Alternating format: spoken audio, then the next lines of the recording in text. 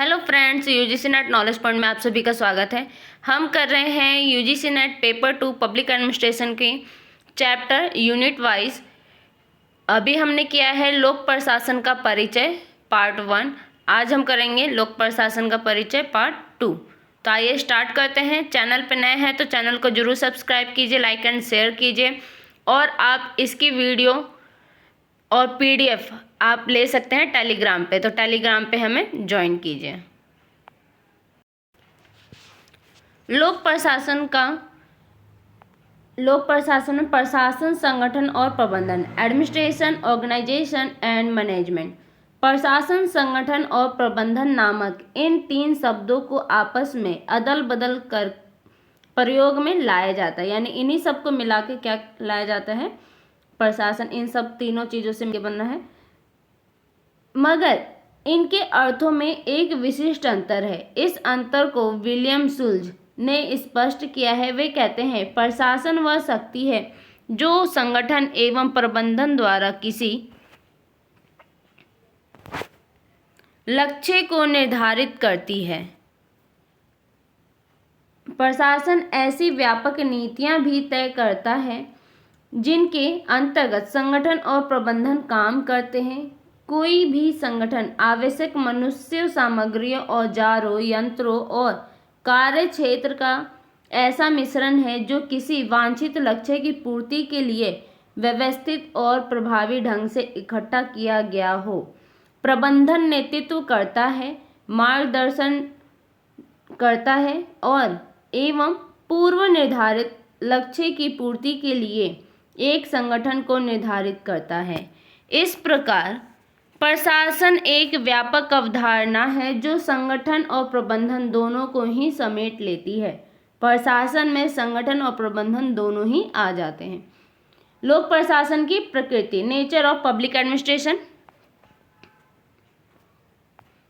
लोक प्रशासन के विद्वानों ने लोक प्रशासन की प्रकृति को दो अलग अलग उपागमों में से अभिव्यक्त किया है, समग्र उपागम और प्रबंधकीय उपागम। ये दो उपागम है, समग्र उपागम और प्रबंधकीय उपागम। समग्र दृष्टिकोण इसमें क्या आता है?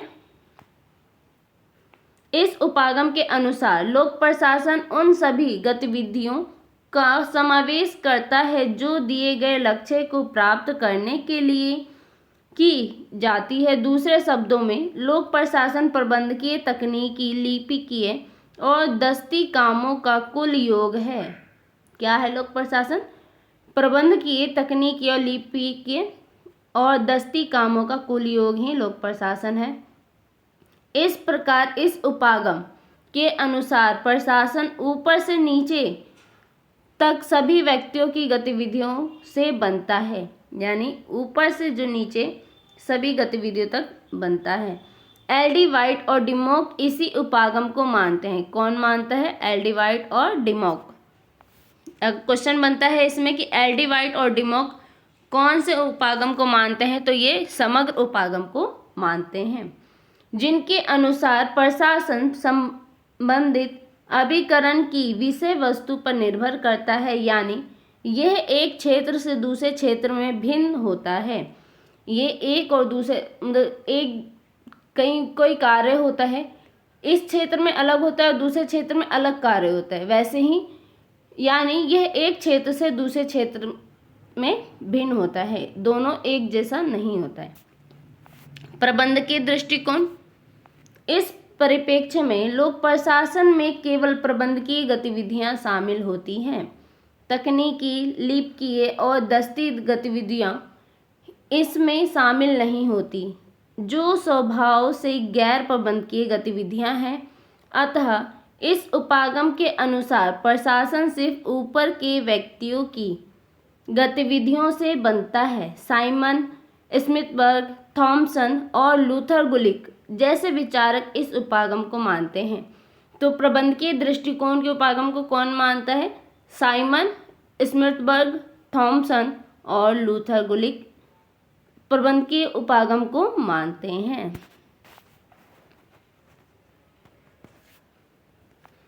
जिसके अनुसार प्रशासन सभी क्षेत्रों में समान होता है, क्योंकि हर क्षेत्र की गतिविधियों में प्रबंधकीय तकनीकें समान होती हैं। लूथर गुलिक कहते हैं, प्रशासन का सरोकार एक निर्धारित लक्ष्य की पूर्ति के साथ कामों को पूरा करने से है। लूथर गुलिक क्या कहते हैं कि प्रशासन का सरोकार एक निर्धारित लक्ष्य की पूर्ति के साथ कामों को पूरा करने से है, कि जो हम लक्ष्य निर्धारित कर रहे हैं उसको सही से पूरा किया जाए, वही क्या है, प्रशासन। प्रशासन शब्द का सही अर्थ उस संदर्भ में निर्भर करता है जिसमें इसे लागू किया जाता है। जैसे भारत जैसे विकासशील देशों में लोक प्रशासन की अध्ययन समग्र उपागम से किया जाता है। भारत में कैसा माना जाता है, समग्र उपागम को माना जाता है लोक प्रशासन, क्योंकि लिपिक स्तर पर पैदा होने वाले कार्य 90% शीर्ष स्तर पर सही अनुमोदित कर दिया जाता है। इसी कारण प्रबंधकीय प्रशासन का केंद्र बिंदु बाबू या क्लर्क को माना जाता है। जो क्लर्क होते हैं उसको क्या माना जाता है, एडमिनिस्ट्रेशन। लोक प्रशासन का क्षेत्र, स्कोप ऑफ पब्लिक एडमिनिस्ट्रेशन। लोक प्रशासन के उद्देश्य को लेकर दो उपागम हैं, पोस्टकॉर्प उपागम और विषय वस्तु उपागम। पोस्टकॉर्प किसने दिया है, तो लूथर गुलिक का सबसे पहले नाम आता है। लूथर गुलिक ने क्या दिया है, पोस्टकॉर्प को। लोक प्रशासन के क्षेत्र में संबंधित इस उपागम की वकालत लूथर गुलिक ने की है। ये पेपर में बहुत बार पूछा गया है। वे मानते थे प्रशासन 7 तत्वों से बनता है। उन्होंने इस तत्वों को इस प्रथमाक्षरी नाम पोस्टकॉर्प से जोड़ा है, जिसका प्रत्येक वर्ण प्रशासन के एक तत्व को दर्शाता है।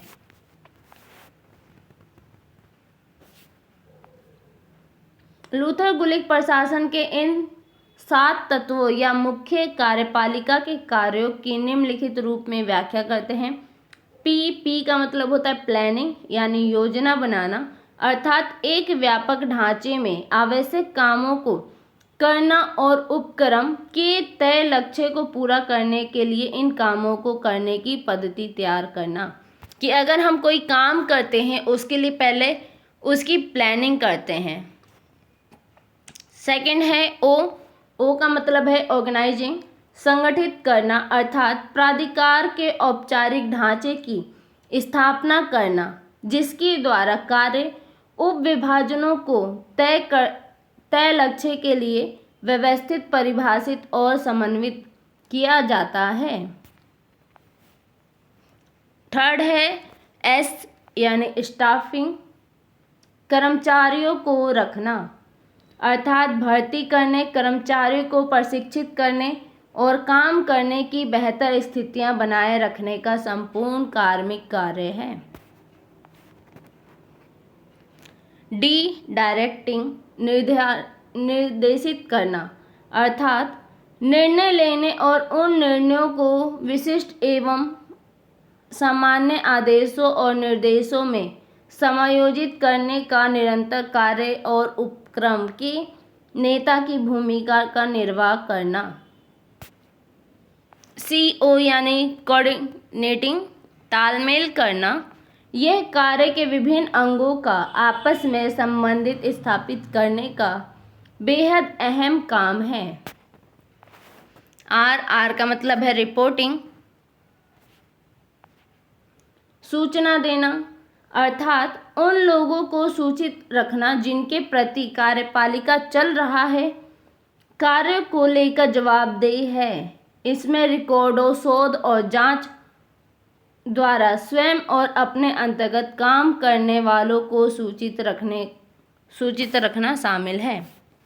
बी का मतलब है बजटिंग, बजट बनाना, वह सब कुछ जो वित्तीय नियोजन, हिसाब रखने और नियंत्रण रखने के रूप में बजट बनाने के साथ होता है। तो ये क्या है, पोस्टकॉर्प की फुल फॉर्म है।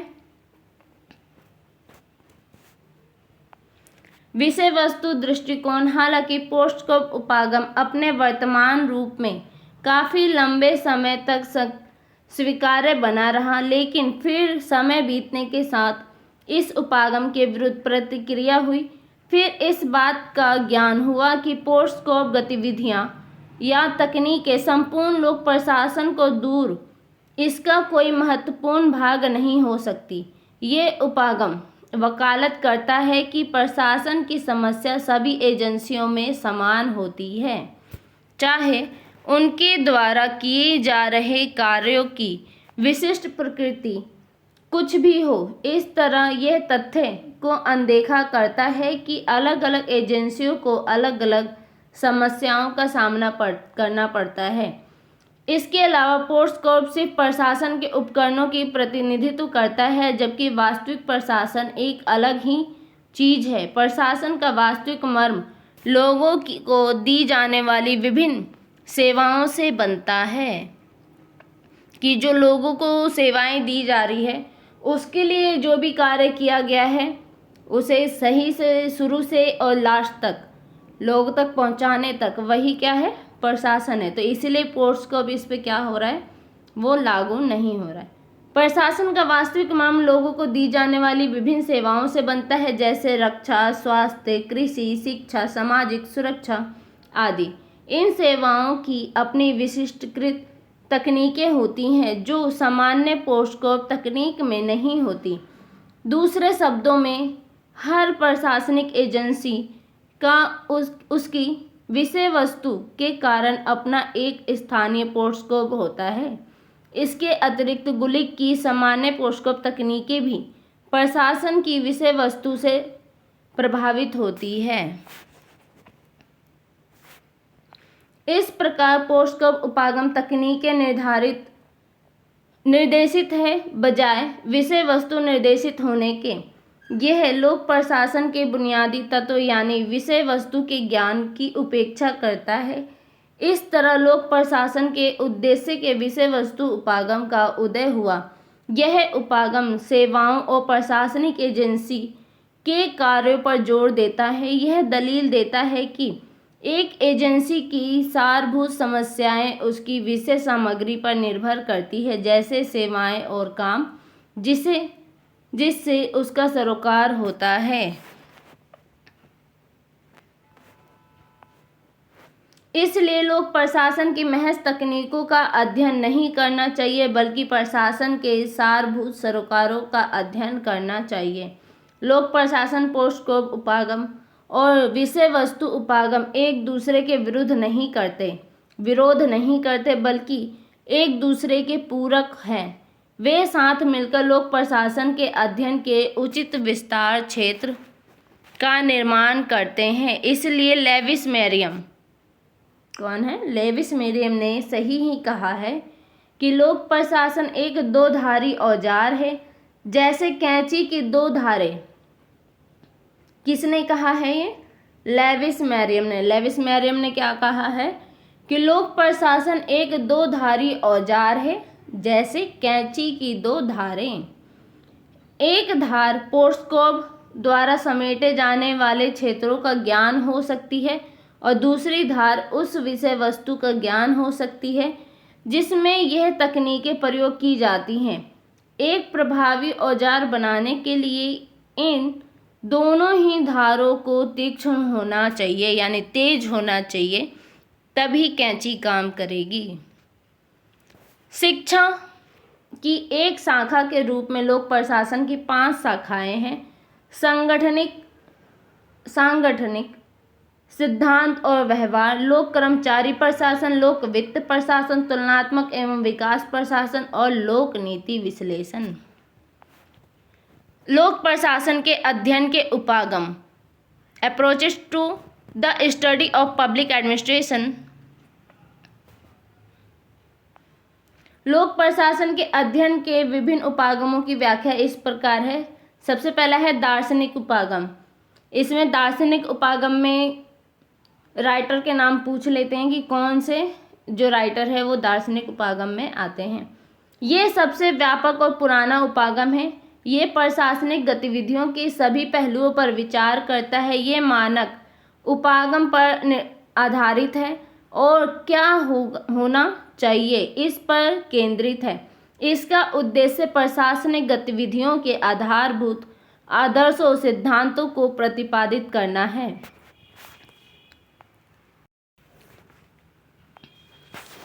प्लेटो का रिपब्लिक, जॉन का लेवियाथन और महाभारत का शांति पर्व स्वामी विवेकानंद और पीटर सेल्फ इस उपागम की वकालत करते हैं।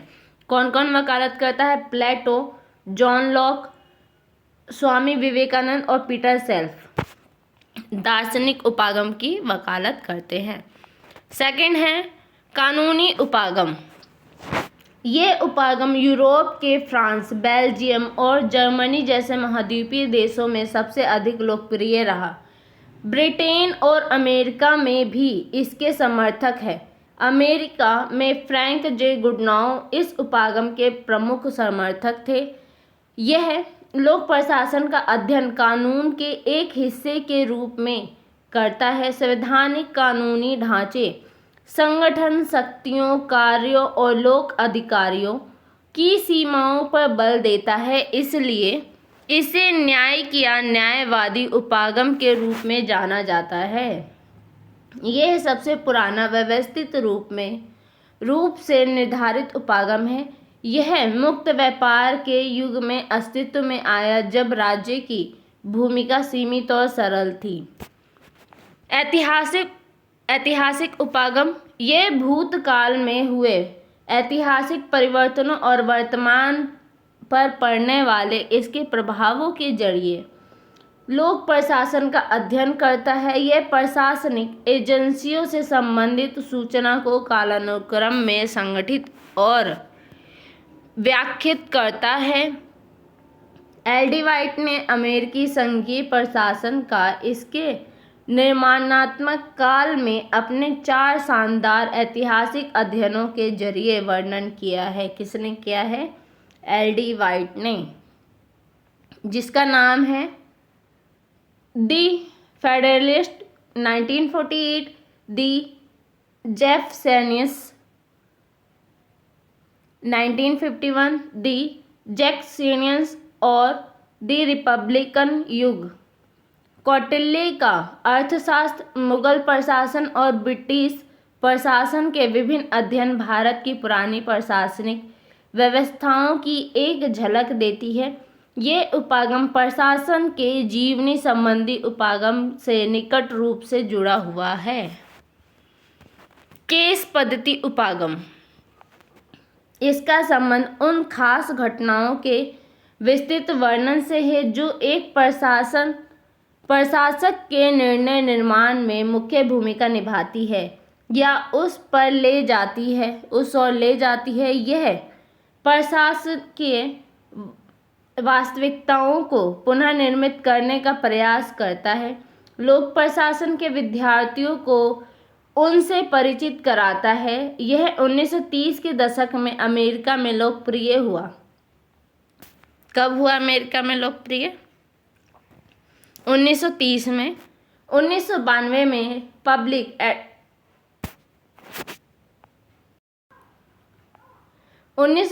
में public administration and policy administration के नाम से 20 केस अध्ययन हैरोल्ड स्टीन के संपादन में प्रकाशित हुए। भारत में भी भारतीय लोक प्रशासन संस्थान नई दिल्ली और राष्ट्रीय प्रशासन अकेडमी मसूरी ने कई केस अध्ययन प्रकाशित किए। डवाइट वाल्डो के अनुसार केस पद्धति लोक प्रशासन के अध्ययन और अध्यापन का एक स्थायी अंग होने जा रहा है। उपरोक्त के अलावा लोक प्रशासन के अध्ययन के कई अन्य उपागम हैं। कौन कौन से उपागम हैं? संरचनात्मक उपागम, मानव संबंध उपागम, व्यवहार संबंधी उपागम, तुलनात्मक उपागम, पर्यावरणीय उपागम, विकास उपागम, लोक चयन उपागम और व्यवस्थापक उपागम। ये 8 बिंदु है उपागम के। इन बिंदुओं को इसी अध्याय में आगे और एक दूसरे अध्याय प्रशासन के सिद्धांत में विस्तारित किया गया है। तथ्य मूल्य उपागम से लोक प्रशासन के अध्ययन की इन विभिन्न उपागमों को 2 वर्गों में विभाजित किया जा सकता है। सबसे पहला है अनुभाविक उपागम, जो इस बात पर केंद्रित है कि लोक प्रशासन क्या है, अर्थात ये वास्तविक प्रशासनिक स्थितियों का वर्णन करते हैं। और सेकंड है मानक उपागम, जो इस बात पर केंद्रित है कि लोक प्रशासन को क्या होना चाहिए, अर्थात ये आदर्श प्रशासनिक स्थितियों के बारे में सुझाव देते हैं। तो आप अगला पार्ट पढ़ेंगे हम कल। तो वीडियो अच्छी लगे तो लाइक कीजिए, शेयर कीजिए, सब्सक्राइब कीजिए। धन्यवाद।